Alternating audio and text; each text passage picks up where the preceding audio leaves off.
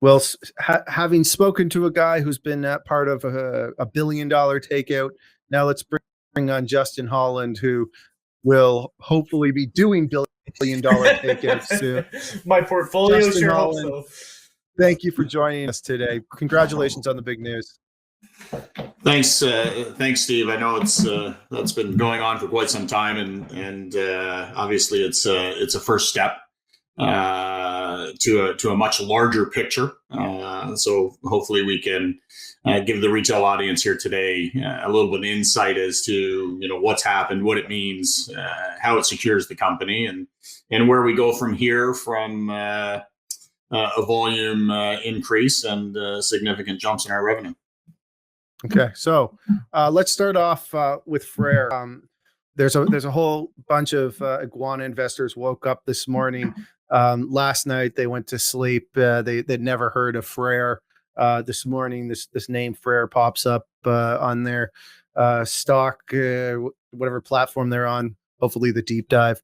And they hear of this name that you're associated with. They've raised $850 million for whatever it is they're doing. I want you to explain it so that I don't butcher it. What is FREYR? What do they do? And why is this important?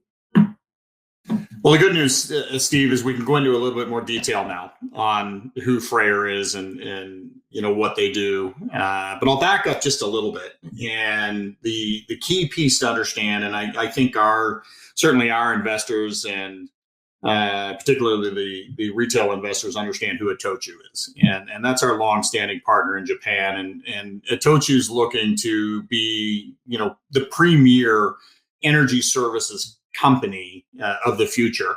And they understand exactly what it takes to become that company. So they've invested into an MIT startup called 24M. And some of the listeners are going to say, yep, check that box. That's what we thought. And they were absolutely right. 24M is a semi-solid state, next generation lithium technology. FREYR has licensed that technology from 24M, which Itochu, who just led a financing of $56 million for 24M, did that license deal with FREYR. So FREYR now has the ability to manufacture next generation cells, and that's where FREYR fits. They're going to run their gigafactories, and I'm happy to say the security that it brings Iguana, which I'm sure we'll talk about, is fantastic. But FREYR will build some gigafactories for these cells. They're going to start with a smaller manufacturing facility that they're targeting to be ready to go next January. We will consume most of those cells. Where Iguana fits in with FREYR and Itochu in this situation is we will actually develop the battery module with the FREYR cells. And in our last discussion, Steve, I think I mentioned that the development team was really excited to go down a path to develop an industry standard, chemistry agnostic battery management system. And it's important to understand that every single battery module gets a battery management system. So we will design the battery module for FREYR and the industry standard BMS, and then we will use those two pieces in the Iguana products first out of the gate. That then gives the company control over the advanced power control solution, the battery management system, and the battery module. That's about 90% of the system, all internally controlled within Iguana. And that's what we wanted to get to that point as we start going forward. It's also important to note that we still have our battery supply chains with LG Chem, which, as many of the group know, is managed on our behalf by Itochu. We also have the relationship with Pylon Tech, which is our LFP based modules, and now the semi-solid state. A key piece for the listeners to understand is the semi-solid state can also be used with LFP and NMC technology. So we're really opening up multiple battery supply chains. And that was part of the objective that we had within the company, was to make sure we had vertical integration of at least 4 or 5 streams of battery availability to go forward. And what we've done today is secured kind of the next 2 to 7 years of battery availability as we start rolling into the tens of thousands of systems, which is what we expect in the coming years. So that's who FREYR is. They've licensed the technology from 24M, which is an Itochu investee company. They will take that technology and manufacture cells. Iguana will take those cells and manufacture battery modules. We will put our BMS on top of that. We'll use that into our products, as well as sell that back to FREYR, who then holds the right to sell into new channels, which is also exciting as it opens up new markets into the future for the company. But that's who FREYR is. We actually published a story on 24M. We have a commenter on Iguana, and it's actually funny that you guys are now coming full circle with 24M, because one of the investors in the chat rooms was asking about 24M like a year or two ago. Right. And I remember asking you guys about it, and you're like, "Oh, I've never heard of them. I don't know what you're talking about," which I assume you guys were just playing me. Let's say we may or may not have known who they were at that point, Steve. How's that? And I didn't know who they were, but this goes to show you how sophisticated your investor base is, that they've hung around and they're doing this level of research. But so when we think about 24M, can you give us any sort of color or any idea of who their investor base is? And are there other possibilities for Iguana to work with other sort of investees in 24M? Fantastic question, Steve. Very tricky question, but a fantastic question. The investors on the last round is certainly public knowledge.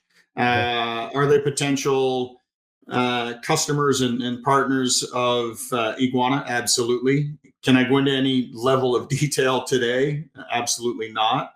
The important thing to understand with what Itochu is doing there is they are building what Itochu will call the 24M family of companies.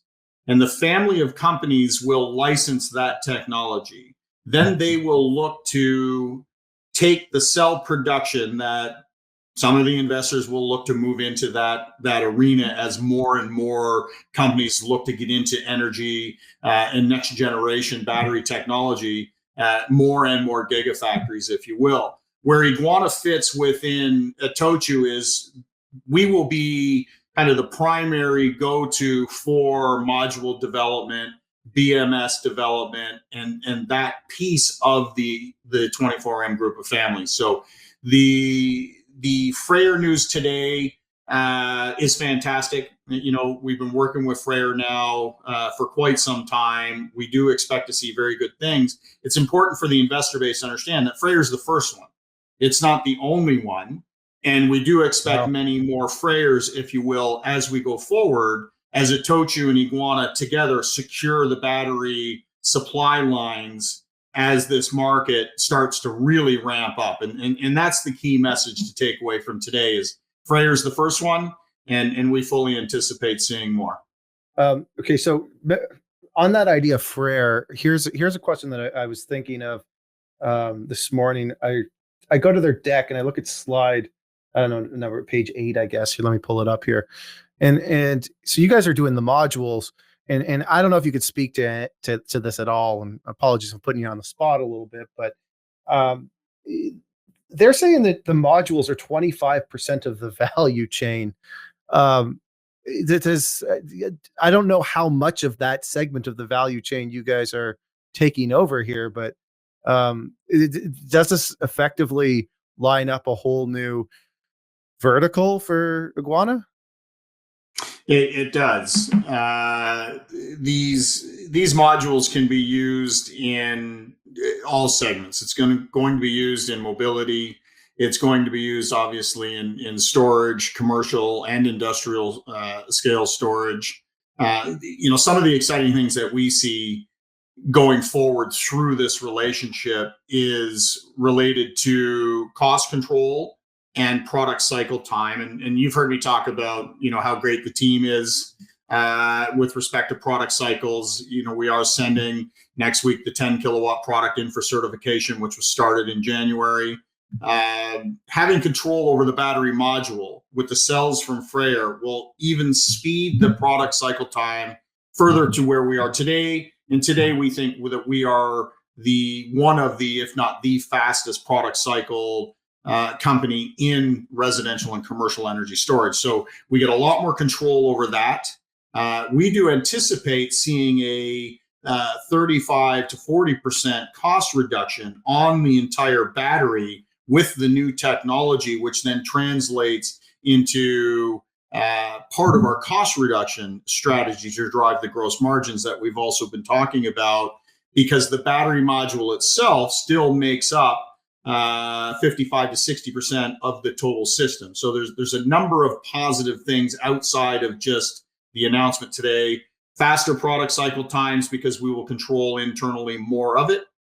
Better margins because we will see the cost reduction opportunity with the better, faster, cheaper cell and module production, if you will, and then onwards from that point. So there's definitely a lot to unwrap here, guys, but it's beneficial all the way around. The safety features are better than the current technologies that are out there today. Mm-hmm. So it'll be a policy-friendly technology, better cost control, better security on availability. So in terms of production, do you have the current capacity to allow for this large expansion, or are you guys going to upsize your operation as a whole? So we'll maintain our contract manufacturing relationships. We do not have the capacity to manufacture the number of modules that we will be using, let alone manufacturing to sell through other channels. However, we are working with some of the larger contract manufacturing partners that are out there, and we'll continue to go through that business model. What we want to stay focused on is the technology leadership, and hence the module development, the BMS development. And I'd be remiss if I didn't, say that the team is working on advancements on the power control side as well. So we will increase the size of the development team, certainly. We have brought on additional core competency specific to batteries. But the thing to understand is, we don't think any team out there has worked with more battery management systems than the Iguana team. And if you think back over the years where we worked with the saltwater batteries, the liquid metal batteries, the flow batteries, each one of those had its own battery management system. Back in the Mercedes-Benz days, that BMS, the Pylon Tech, and so on. Our team has worked with just about every BMS that's attached to a current battery module out there, which gives us just a massive technology advantage on developing the industry standard BMS. So it brings a lot of excitement to the team. Just understand that, because that sounds like a really big statement. You guys have worked with every BMS team that's out there. So did you just say that? Every BMS that's on batteries, we believe we've worked with. We've worked with, years ago, the Panasonic team, the Sony team, the saltwater batteries, which was Aqueon at the time. Sure. The liquid metal batteries. And when you think about a battery, you have to think about the battery management system. And it's the battery management system that's part of the integration to our advanced power controls. So our internal team has integrated battery management systems with our advanced power controls for years, which gives us a lot of advantage to develop an industry standard chemistry agnostic BMS. As the new licensees come to us, we will be able to utilize that BMS for all the licensing partners. Okay. So do you think that 24M's products could be used in, beyond just, say, residential storage? Do you think that, they could be used in, say, like hand drills or scooters or heck, even electric vehicles? I think the footprint will be larger than the small tools. However, mobility type devices, I can see a fit there. Residential, obviously, will be leading that charge. But also commercial, industrial, EV markets, also an open opportunity into the future. So it's going to open up significant channels for the company as we start this development. Okay, so I put your feet to the fire a little bit here. I go, you could just say, no, this isn't possible. But is it possible that one day we could see an Iguana BMS inside an electric vehicle? It's possible. Okay, that's exciting. It's a channel that look, we're focused right now, Steve, on the residential market. Yeah, I know. We see tens of thousands of systems, hundreds of millions of opportunity and revenue. But the short answer to your question, is it possible? It's absolutely possible. Okay. So if I'm understanding this correctly, then okay. So and apologies, you may have already sort of said this, but I just kind of want to repeat this. So so FREYR, they make the cells. You guys are effectively creating the end product for this gigafactory with like putting the BMS and putting them into the modules using your processes. And Itochu, who's sort of this, effectively their goal is to become like the global leader in energy storage. They plan on taking this sort of system and idea to companies outside of FREYR, and sort of expanding it into multiple gigafactories beyond FREYR. That's exactly right. So Kyocera was actually the first licensee partner. FREYR is the second, and there are a number of licensee partners that will be coming into the public domain, over the next 6, 12, 18 months. But you're absolutely right. FREYR will build.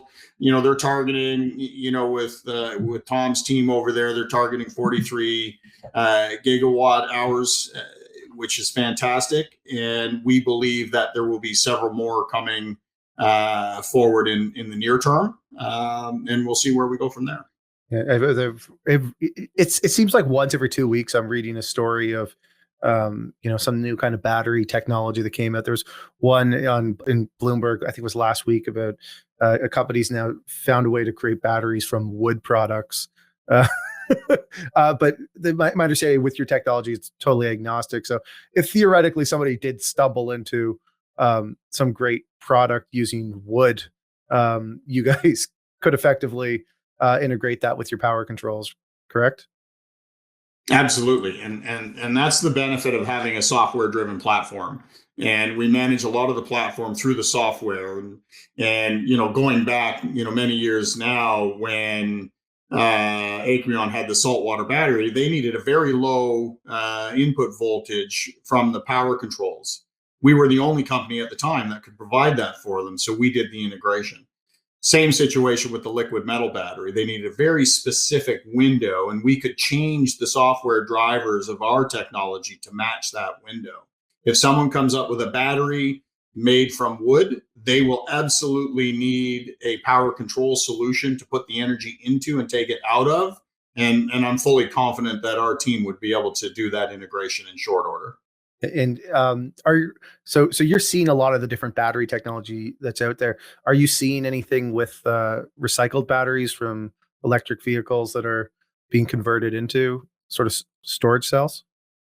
We actually put some systems in the U.S. Northeast many years ago that were done with recycled BMW batteries. So we've seen that. At that time, the issue was, how do you manage the OpEx of the recycling part to get the battery into a stationary storage footprint? I do expect we will see the recycling programs really start to hit stride a couple of years from now. It's something that we're focusing on already, knowing that we were likely to see that change. We do have some groups that we discuss and partner up with going forward for that.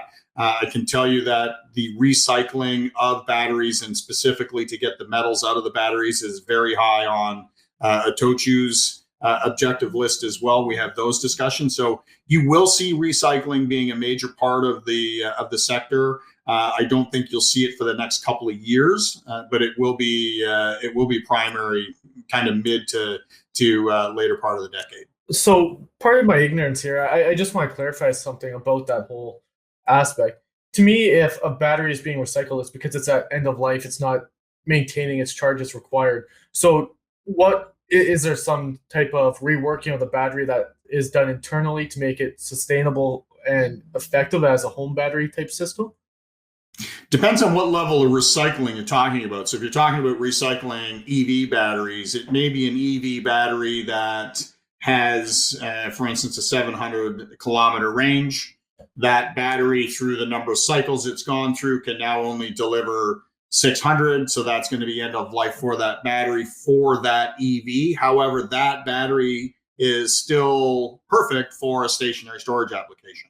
So you want to get out, repackage that, or repurpose that battery, and then put it into stationary or commercial or industrial storage. Other parts where batteries have been used further down the line, you can still pull the metals out of those batteries and reuse the metals. So the recycling of the batteries is going to be, a whole space on its own.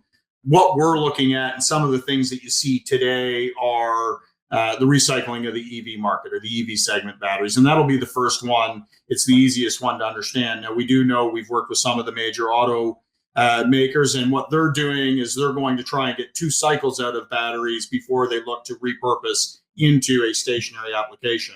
Take a 700-kilometer range, take that battery out, put it into a vehicle that delivers a 400-kilometer range, take that battery, repurpose it into stationary type application. So you're going to see recycling of these batteries really start to grow in the coming years. Okay, let's pull up a question from Craig, and apologies if there's names that are mentioned here that you're talking to and you can't speak to this, but so he asked, do we expect Moixa VPP units for Sonova to start production with 24M based battery modules? So perhaps a better question for you, because I assume you're not talking directly with Sonova, or if you were, there's no way you'd mention it. So, but you do talk to Itochu, and Itochu is looking at deploying VPPs. Are they looking specifically then to be using the 24M products for their VPPs? The answer is yes. However, for clarity, we're not expecting to wait until the 24M technology is ready to go into the Moixa-based products for Itochu. Those products will start with the NMC from LG Chem. And to understand that, Itochu has a very long-standing relationship with LG Chem. It's a great partnership. They've been with Iguana for a long time. So the starting position for the Moixa-based product will be LG Chem. We do fully expect to have the NMC available as well when those modules become available sometime next year. Okay, so let's wrap it up here with the upcoming financials here. When's the next time you guys report? Monday. Okay, Monday. Okay, so I did not think it was that soon. Yeah. So there you go. How about we plan a quick review on Tuesday? Yeah, if we'd love to have you on to talk about that. The fact that you're coming out here and suggesting that makes me a little bullish. Doesn't want to put you on the spot. You've been putting me on the spot all afternoon, Steve. So turnabout is fair play, as they say. Okay. Well, look, I'm incredibly long here, so I need this to work, and I'm long term. Oh, there's one question I wanted to throw at you. And I may have asked this in the past, but the analog that I have sort of married myself to for where Iguana is in the whole space is the Nintendo system. And I sort of like this idea of, in the early days, there was the Atari, and then, Nintendo, Sega of these gaming consoles. And, eventually, they all got online, and now people are gaming with their headsets, and it's just a massive industry. When people sort of ask you about the space, or you're trying to sort of think about it, and you're looking at like history of how technology's developed, what's the analog that you think of when thinking about sort of who Iguana is and where they are today? Well, not that I want to date myself, but I was a little bit early for the gaming movement, so I don't relate it to the gaming movement. That's an interesting one that we can chat about offline. Kind of what I see happening in energy right now, if I was to draw a simple parallel that everyone can understand, think about what Amazon has done from a fulfillment perspective. And what they did was they said, pre-Amazon, you had massive warehouses in the middle of nowhere trying to service cities. Amazon comes in, they start putting fulfillment facilities in the cities where the demand is. Now, flip that same analogy over to energy. We're taking energy and we're putting the energy at the point where it's needed. We're not building massive facilities anymore, which if you start a new nuclear plant today, 15 years from now, you may start that facility. That system no longer works. What you're going to see is smaller systems where the demand is, much like how Amazon disrupted the fulfillment logistics infrastructure. You're seeing energy storage and from a residential aspect, primarily with solar, disrupt that massive infrastructure facility to push power long distances. You're going to see it right where it's required. That's how I, look at what's happening today. And the reason that we like that at Iguana is because our bread and butter is perfect solution for residential based applications for energy storage. So we think that will be the most disruptive part of this movement. So that's usually how I tend to look at it from just a simple term perspective. Yeah, I like that analogy a bit better, Steve. Well, I like it. The reason I use the Nintendo one is just because I'm thinking of it as sort of hardware, where you guys have sort of the brains of the whole system, which I'd consider Nintendo, and then you're able to work with other suppliers to put it together, and then you integrate your own system that becomes the. Look, we fully believe that the residential storage devices, much like the Evolve, the Enduro, and so on, we believe that will form the infrastructure of the modernized grid.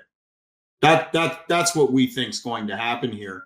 There is going to be, software plays into the future, much the same as you saw when the internet kind of graduated from a hardware play to a software play. You're going to see that same thing on energy. The good news for Iguana and Iguana shareholders is to transfer from the hardware position today to the software position is the easiest piece of what we're actually trying to accomplish. And we are starting to look at that transition now. And that will be another exciting thing that we work on with the team as we go forward. Mm-hmm. Okay, last question for you. We're always talking to junior mining guys, and they always have it all figured out.